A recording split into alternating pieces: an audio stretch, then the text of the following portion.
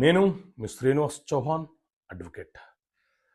ఆస్తి భాగ పంపిణీ కేసు న్యాయస్థాన పరిధిలో ఉన్నప్పుడు కేసు వేసిన వ్యక్తిని ఆ ఆస్తి నుంచి విరమించమని, ఎవిక్షన్ అతన్ని ఆ ఆస్తుల నుంచి తొలగించమని, పంపించమని ఎవిక్షన్ దావా వేసి కోరే అవకాశం మనకు ఉంటుందా?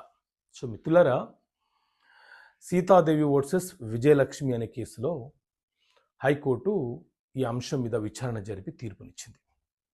సో కేసు యొక్క సారాంశం ఏంటి అంటే, ఒక తండ్రికి సంబంధించిన ఆస్తులను వాటా విభజన చెయ్యాలని చెప్పి ఒక సోదరి కేసు ఫైల్ చేసింది. Suit for partition and separate position అనే కేసు ఫైల్ చేసి, మా నాన్నగారికి ఈ ఆస్తులు వారసత్వం వచ్చాయి, సో మేము ఇంతమంది సోదరులము, ఈ ఆస్తిని ఇన్ని భాగాలుగా విభజన చేయమని చెప్పి కేసు ఫైల్ చేయడం జరిగింది.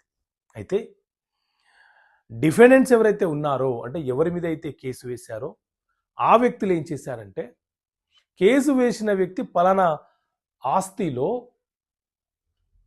పొజిషన్లో ఉన్నది, ఆమెకు ఆస్తి మీద హక్కులు లేవు, ఆ ప్రాపర్టీలో నుంచి ఆమెను బయటికి పంపించండి, ఆమె హక్కుదారురాలు కాదు అని చెప్పి వాళ్ళు ఒక ఎవిక్షన్ పిటిషన్ని ఫైల్ చేసినారు.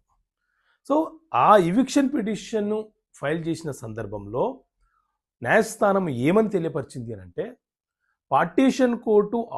పార్టీషన్ కేసు ఆల్రెడీ పెండింగ్లో ఉన్నది, ఆ కేసులు ప్రకారంగా ఎవరి వాటాలకు ఎంతమంది హక్కుదారులు ఇంకా నిర్ధారణ చేయలేదు కాబట్టి ఇప్పటికిప్పుడు వాళ్ళని ఆ ప్రాపర్టీ నుంచి వేకెట్ చేయమని చెప్పే అధికారం న్యాయస్థానానికి లేదు. ఎందుకంటే హక్కుల నిర్ధారణ జరిగిన తర్వాత మాత్రమే చెప్పడానికి అవకాశం ఉంటుంది. ఇక్కడ ఎవరు హక్కుదారులు, ఎవరు హక్కుదారులు కాదో తెలియని పరిస్థితి కాబట్టి ఆ ఎవిక్షన్ పిటిషన్ని న్యాయస్థానం డిస్మిస్ చేసింది. సో ఇలాంటి తీర్పులకు సంబంధించిన కాపీలు మీకు కావాలనుకుంటే ఇక్కడ కనిపిస్తున్న నెంబర్ కాల్ చేసి ఒక ఏడాదికి మీరు సభ్యత్వం తీసుకుంటే ఆ తీర్పుల కాపీ మీకు ప్రతి నెల పోస్ట్ ద్వారా పంపించే ప్రయత్నం చేస్తాం. ఓకే మిత్రులారా, థ్యాంక్ యూ. జై హింద్.